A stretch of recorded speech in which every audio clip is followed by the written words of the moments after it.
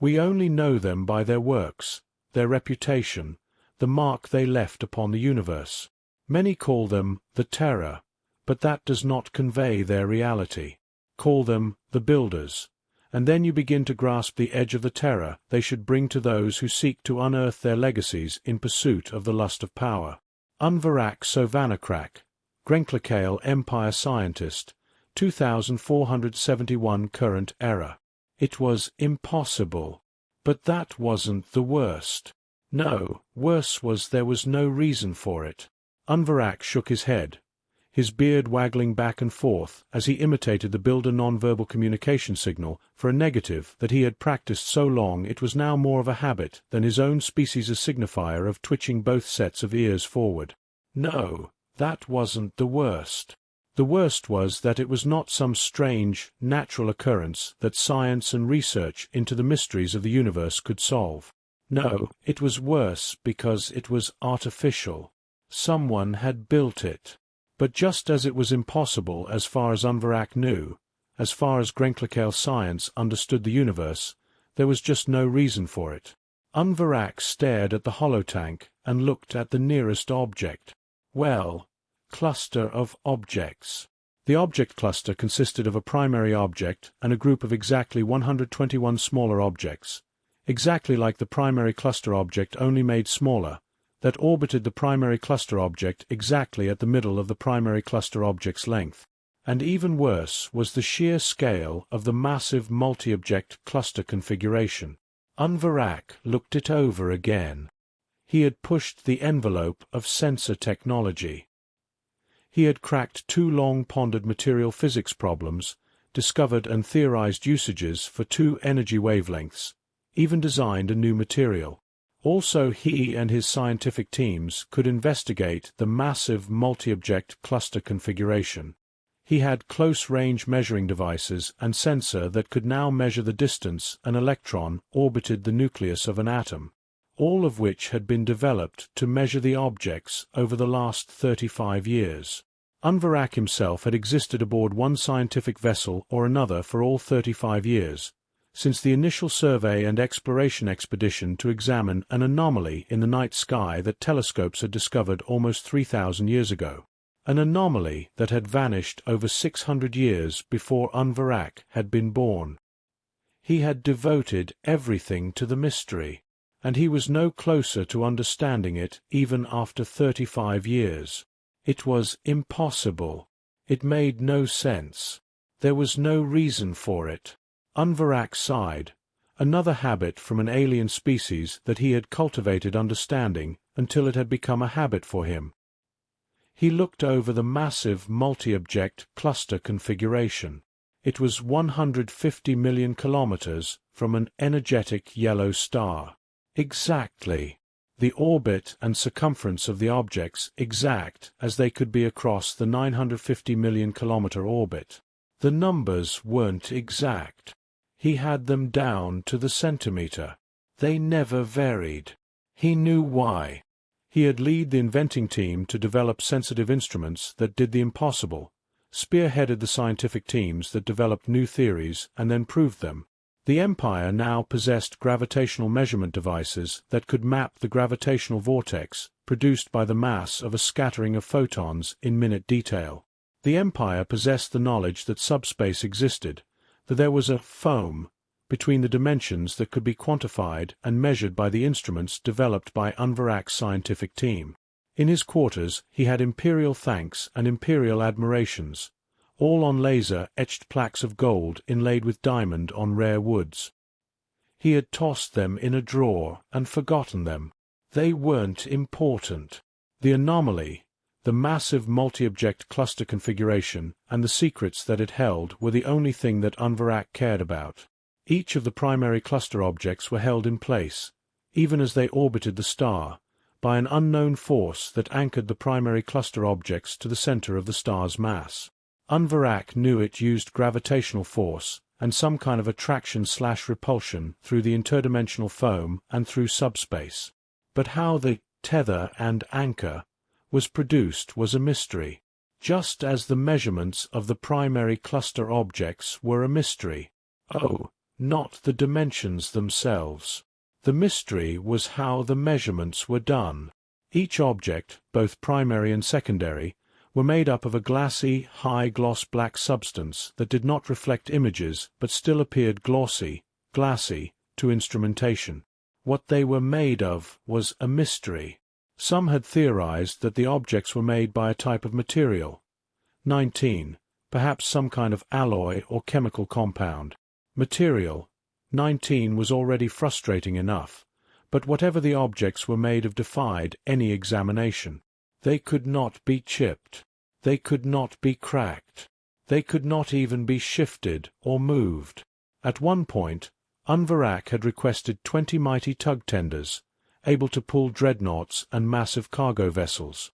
The Emperor had granted his request and sent the most powerful. They were unable to shift even the smaller secondary objects. Even when Unvarak designed a new engine type that was nearly 30 times as powerful as the high-powered engines of the tug, with new traction modes and even a method of using inertial force instead of bleeding it off, the tugs were unable to so much as make even a secondary object shift. Unvarak had sent the tugs away and gone back to his research. He had tossed the Imperial Award for Scientific Excellence into a drawer and forgotten it. Only the massive multi-object cluster configuration mattered.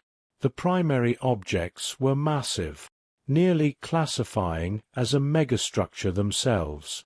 Unvarak had taken to calling the primary objects a ultrastructure, 10,000 kilometers high, if measured against the orbit of the star, exactly at the equator of the star, 5,000 kilometers north and 5,000 kilometers south of the stellar equator. He knew that was important, he just didn't know why. There was no reason he had been able to deduce. His research into stars to try to determine why it was important that the massive multi-object cluster configuration be exactly at the stellar equator had led to important gravitational scientific theories that had revolutionized stellar gravitational research back in the Empire. He tossed the award into the drawer with the others and stared at the holograms of the massive multi-object cluster configuration he had in his room. Each primary object was 5,000 kilometers wide and 1,000 kilometers thick, made up of an unknown substance that did not react to anything except light, which gave it a glossy, shiny, glassy sheen. It reminded Unvarak of polished obsidian glass, which, of course, it wasn't. Orbiting the primary objects were the secondary objects. 121. Exactly. Each 100 kilometers high, 10 kilometers wide, 1 kilometer thick, aligned with the primary object. The secondary objects orbited the primary object once every 28 days. It had taken Unvarak nearly 2 months to realize that the secondary objects orbited the primary object in the same time frame as the stellar mass's equator completed a rotation. There was no reason for it that Unvarak had been able to determine, although his investigation had led to a new understanding of stellar gravitational and solar wind mechanics and sciences. He had refused offers to head or speak to symposiums. The recognition of his peers mattered less than the recognition of the Emperor's scientific advisor, and that mattered less than the recognition of the Emperor himself. And that didn't matter. Only the secrets of the massive multi-object cluster configuration mattered. He had developed all of those delicate measuring and scanning technologies for the sole purpose of measuring the objects, only to be confronted with more impossibilities that existed for no reason. The angles of the objects were so precise, so exact, that all objects were exactly the same precision down to the atomic level. Worse, according to instruments, the atoms and the subatomic particles were arranged in such a way that they were locked at the electron covalent shell level. However, he had detected there was some kind of matter within. It had taken 5 years, but not only had he theorized what it was, he had then proved it existed, and he had been able to create the substance that filled the objects and even seeped between the gaps of the atoms and between the atoms. Protomatter. Then he had proven that protomatter was related to what had once been called dark matter, then gone even further and proved that with the correct application of gravitational stress and churning of the subspace foam, protomatter was naturally produced by the universe itself. For 10 years he had wondered why, and why would it be used in the objects. He had discovered that protomatter filled in the tears the gravitational shearing had produced. Another award for the draw. But it made no sense to have that perfectly transparent protomatter, visible only on scanners that Unvarak himself had designed, would fill the objects. But it did. For what reason? Unvarak stared at the holotank. It was impossible. It was made up of impossible objects. Worse, there was no reason for it. The massive multi-object cluster configuration completely encircled the stellar mass. Just under 1,000 of the primary objects, each roughly 1,000,000 kilometers apart. All of them were exactly the same distance from one another, down to the nanometer. Unvarak turned the holotank display from line art to a visual representation. It was, he had to admit, beautiful. The holotank beeped and displayed a message that the newest computations were done. Unvarak felt pleasure at that notification. He had been forced to create new theorems, new science, to take the measurements that the computations demanded. It had taken 6 long years, but he had done it. He had determined first that it was possible, then he had proved it was possible through mathematics, then he had created the instrumentation to apply the theorems. His instrumentation could observe a particle without changing it, in defiance of every previously held scientific theory. It could even observe particle and energy wavelengths at an angle and measure them. The instrumentation was vital to prove another theory that Unvarak had put forth. Now, the computations would prove it or disprove it. Even if the theorem was disproved, it was more data, and data is what had led Unvarak to his discoveries. He looked over the data, becoming more and more excited. It was what he had theorized. The objects appeared glossy because they reflected energy directly back at the source. The wavelength was turned 180 degrees, without any loss of power, and sent it back directly at the source. He tensed his hands twice in satisfaction and glee. A sudden thrumming, like a bass instrument playing the lowest chords. That got Unvarak's attention. The sign of fallen Confederacy starship engines emerging from FTL space. He had proved, mathematically, that the sound was energy bleed-off from traveling FTL space, allowing fallen Confederacy vessels to make high-speed entries into real space rather than spending hours, days, or weeks slowing down, but he had not determined the method they used for it. Yet, they opened a channel to the commander of the vessel. "Chief scientist here. What data do we have?" he asked the captain. She had a name, but she had recently, only 2 years ago, replaced the previous captain, and he couldn't remember her name yet. "Just that fallen Confederacy vessels have made a real space entry. From the signal strength, it measures in the gigatons," she said. "They will insert a hypercommunications buoy next to us before we can get sensor readings," Unvarak stated. "Are you?" the captain said. "Well, hello there," sounded out, vibrating from most surfaces. "Communications buoy detected, having entered real space only 5,000 kilometers away," the captain said, making a face. "Handle the communications. Disturb me only if necessary," Unvarak said. He closed the window, cutting the call, and went back to examining his data. It reflected all energy perfectly. But why? For what reason? But only when observed. Otherwise, energy passed through perfectly. That was data only his non-alteration instrumentation could have detected. The object did not know it was being observed, so it allowed all energy to pass through it, neither losing nor gaining strength. But why? There was a pinging as he examined even more minute details, comparing electron spin and tachyon clouding, letting him know he had a call. There had been a slight flicker in the holotank, but he had simply saved his work and rebooted. It happened with data transfers and manipulation like he was doing. It required a lot of computing power, molluscs he had designed himself, to track the movement of tachyons with the cloud that made up an electron. He tapped the icon and the window opened. The commander of the Rigelian vessel leading the 6-ship flotilla wishes to speak to you, the captain said. Fine, Unvarak said. He didn't bother closing his data. A Rigelian appeared.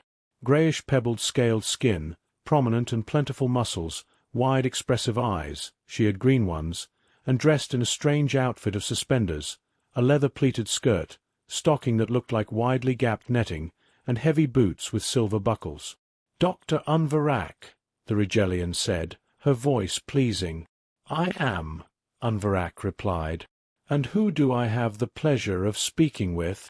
Master Conductor Ch.13, she said, preening slightly. To what do I owe the pleasure of this communicatin? Unvarak asked. May I meet with you, personally?